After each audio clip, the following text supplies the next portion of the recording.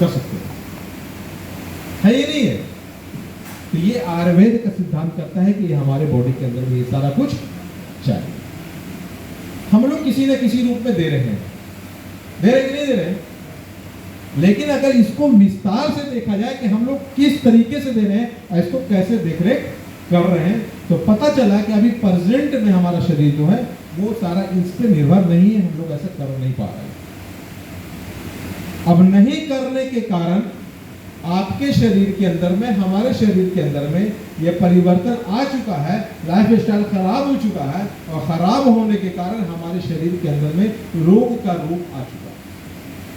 Yes you know, किसी ना किसी तरह के तो रोग बॉडी के अंदर में है। कोई आदमी ऐसे है क्या जो खड़े होकर कह सकते हैं कि हम बिल्कुल निरोग हैं? एक आदमी कह सकते हैं कि हम बिल्कुल निरोग हैं, ये मन से कह रहे हैं लेकिन तन से नहीं है। मन से तो कह रही है कि हम हैं, लेकिन तन इनका साथ नहीं दिया, क्योंकि ये बैठे के बैठे रह गए, हाथ उठा दिया। तो पता चला कि इनका जो शरीर है वो पूरा साथ नहीं दे रहा है। एक जोरदार तालियां फिर भी होनी चाहिए उनके लिए। कहने को कह देते हैं लेकिन है ऐसा नहीं है।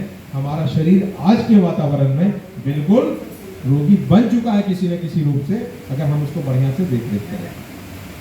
नेक्स्ट आते हैं, अब आती है बात कि हमारे शरीर के अंदर में इतना सारा प्रॉब्लम तो आ गया है, अब इसको बाहर कैसे निकाला जाए? बाहर निकालने का रास्ता होना चाहिए। तो आयुर्वेद के सिद्धांत में बताया गया है कि इसको कैसे बाहर हम निकाल सकते हैं। जानना चाहेंगे?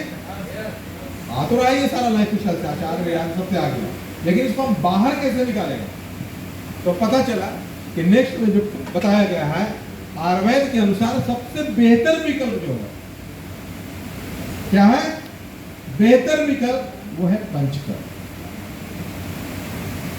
बिना इसके आयुर्वेद कंप्लीट है क्या? नहीं।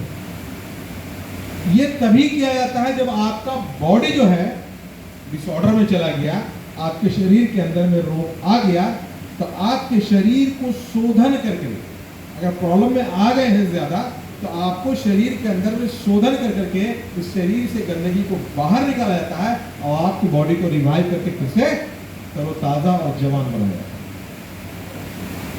क्या सबके पास ये अवेलेबल है आज के समय में? सब जगह पर ऐसी व्यवस्था है? पता चला कि आज के समय में नहीं। नेक्स्ट, लेकिन होना चाहिए। दूसरी जो सलाह दी जाती है कि आप अपने शरीर के अंदर में आयुर्वेद के अनुसार जो जड़ी बूटियां, उसको अपने शरीर के अंदर में, जो बताया था मैंने कि ऋतु के अनुसार, समय के अनुसार अपने शरीर के अंदर में उस चीज को हम लोग डालते हैं, तो उसका न्यूट्रिशन मिलेगा और जो डिटॉक्सिफाई करने की जरूरत थी वो सारा कुछ। तो क्या इस तरह का चीज हम लोग इस्तेमाल करते हैं या नहीं करते? यस यू नो, करते हैं। बहुत अच्छी बात है। नेक्स्ट, लेकिन इसका सारांश अगर पूरा पढ़ेंगे तो पता चला कि संतुलित आहार लेना चाहिए, नियमित विहार होना चाहिए, मानसिक शांति होनी चाहिए और आयुर्वेदिक उपाय होना चाहिए।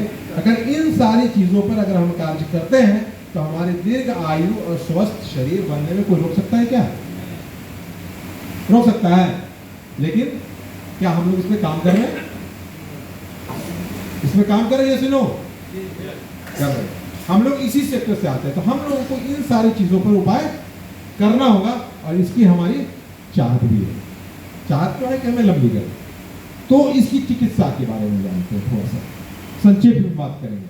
तो पता चला कि इन सारी चीजों को बैलेंस करने के लिए प्रॉब्लम आ गया, तो चिकित्सा पद्धति जो हमारे सामने जो मौजूद है, इसके अंदर क्या है, कैसे हम इसको निरोग करते हैं? तो पहला चीज जो आता है वो आयुर्वेद, एक नंबर पे क्या है? आयुर्वेद। लेकिन आज के समय में हम लोग कितना दूर है इससे? बहुत दूर है, बहुत दूर है। था नंबर 1 पे, लेकिन आज हम लोग नंबर 0 पे उसको पहुंचा के रखे हुए। लेकिन जो सेकंड में जो था मॉडर्न साइंस, आज हर के जबान पे एक सर में दर्द हो गया तो एक जाके पैरासिटामोल ले लो। पता ये नहीं होता, तो ये जो सेकंड जो है एलोपैथ आज सेकेंडरी है। इसके बाद क्या आता है? होम्योपैथ ट्रीटमेंट में आता है। तीसरा यूनानी में आता है। चौथा सिद्धा में आता है, नेचुरोपैथ में आता है, योग में आता है, फिजियो में आता है, मनोचिकित्सक में आता है। इसके अलावा उपचार करने की और भी सारी विधियां पता ये नहीं होता। लेकिन इन सारी चीजों में सबसे नंबर 1 कौन सा है? हम लोग किस जगह काम कर रहे हैं? तो ताली किसके लिए लगनी चाहिए? नंबर 1 वाले पोजीशन पे काम कर रहे हैं। तो इतना बड़ा हथियार हमें मिला है, सिर्फ इसको यूटिलाइज करने की जरूरत है। आज पूरी दुनिया आयुर्वेद की तरफ जा रही है। जा रही है नहीं जा रही? नेशनल इंटरनेशनल हर जगह इसका प्रचार प्रसार होना चालू हो गया। हम कहां हैं ये देखने की जरूरत है। लोग तो कर रहे हैं, लेकिन हम कहां हैं? हम कितना इसका प्रचार कर पा रहे हैं? हम कितना इसका प्रसार कर पा रहे हैं? ये हमें सोचने और समझने की जरूरत है। और इस नीट आयुर्वेदा के माध्यम से हमें बेहतर करने का मौका मिल रहा है।